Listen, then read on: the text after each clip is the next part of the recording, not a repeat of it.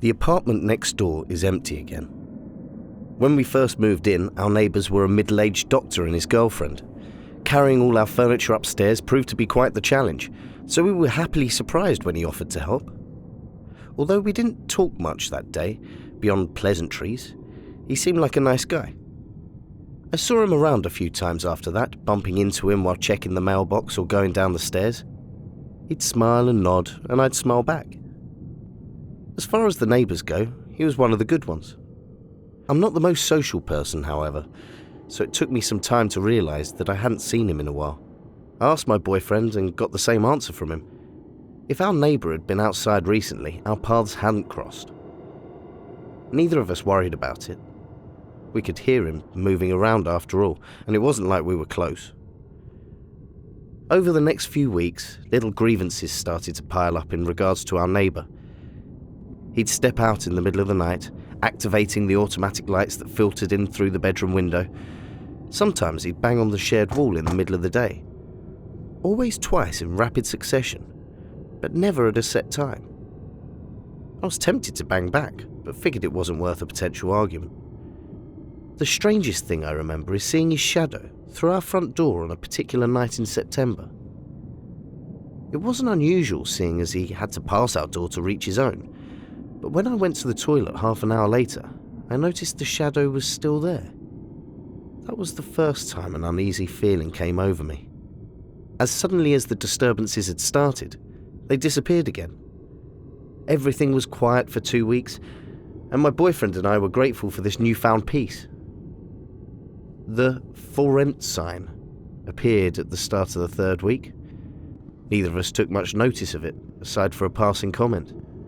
We expected to hear the doctor and his girlfriend move out at one point, but we never heard or saw them again. The next set of neighbours got on our nerves from day one.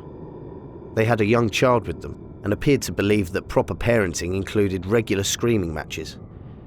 We learned to tune them out over time, and by the time December rolled around, their voices had become little more than background noise. I saw them for the first time while returning from a shopping trip on a chilly December afternoon. A tight-lipped smile was the only greeting I could muster up for them, but they didn't appear to notice. They kept looking straight ahead and passed me without a word. I remember the shiver that ran down my neck to my spine when they were right next to me. Although the uncomfortable feeling remained as my eyes followed the couple, I couldn't bring myself to look away. I watched them reach the door and stand motionless for a good 3 minutes before the husband fished his keys out of his pocket and opened the door. When the time came for me to walk to my own front door, I made sure I had my keys ready. As far as unlocking the door and throwing yourself inside goes, I'm sure I broke the record that day. The banging started not long after, always twice, never at the same time. I brought it up to my boyfriend, who brushed it off as one of the disadvantages of apartment living. I didn't tell him about the hint of fear that was growing in the pit of my stomach, afraid he'd laugh at my paranoia. You see, I'm the type of person that likes to watch a horror movie, but can't walk down the hallway alone after doing so. Not the bravest of the bunch by any means. Working from home meant that I had plenty of time to sit and worry about every single noise I heard, or more specifically, didn't hear. The screaming had stopped by then, and however unusual it may be, I kind of missed it. There was only silence and the periodic banging against the wall. I took to working with music in the background. The lights outside came on at 4:37 a.m. on a Tuesday. I remember because I had to use the toilet and would have stayed in bed if it had been closer to the time I'd normally wake up.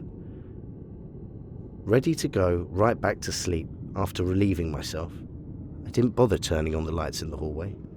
I rounded the corner and found myself looking right at the shadow of what could have only been a child, swaying gently back and forth. The toilet, which is only a few steps from our front door, suddenly seemed to be miles away. As badly as I had to go, my feet were glued to the floor. The thought of taking even a single step closer to that shadow made me feel sick to my stomach. I slowly backed away and returned to the bedroom. Despite my reservations, I ended up shaking my boyfriend awake. "I think the neighbour's kids are standing outside," I told him. It's freezing. Should we call the police? My boyfriend, disoriented and still half asleep, stumbled towards the front door. I followed a few steps behind, ready to make a run for it. Are you sure you didn't imagine it? He asked me. The light was still on, but the shadow was no longer there. I shook my head. If there was one thing I was certain of, it was that someone had been standing there only minutes ago.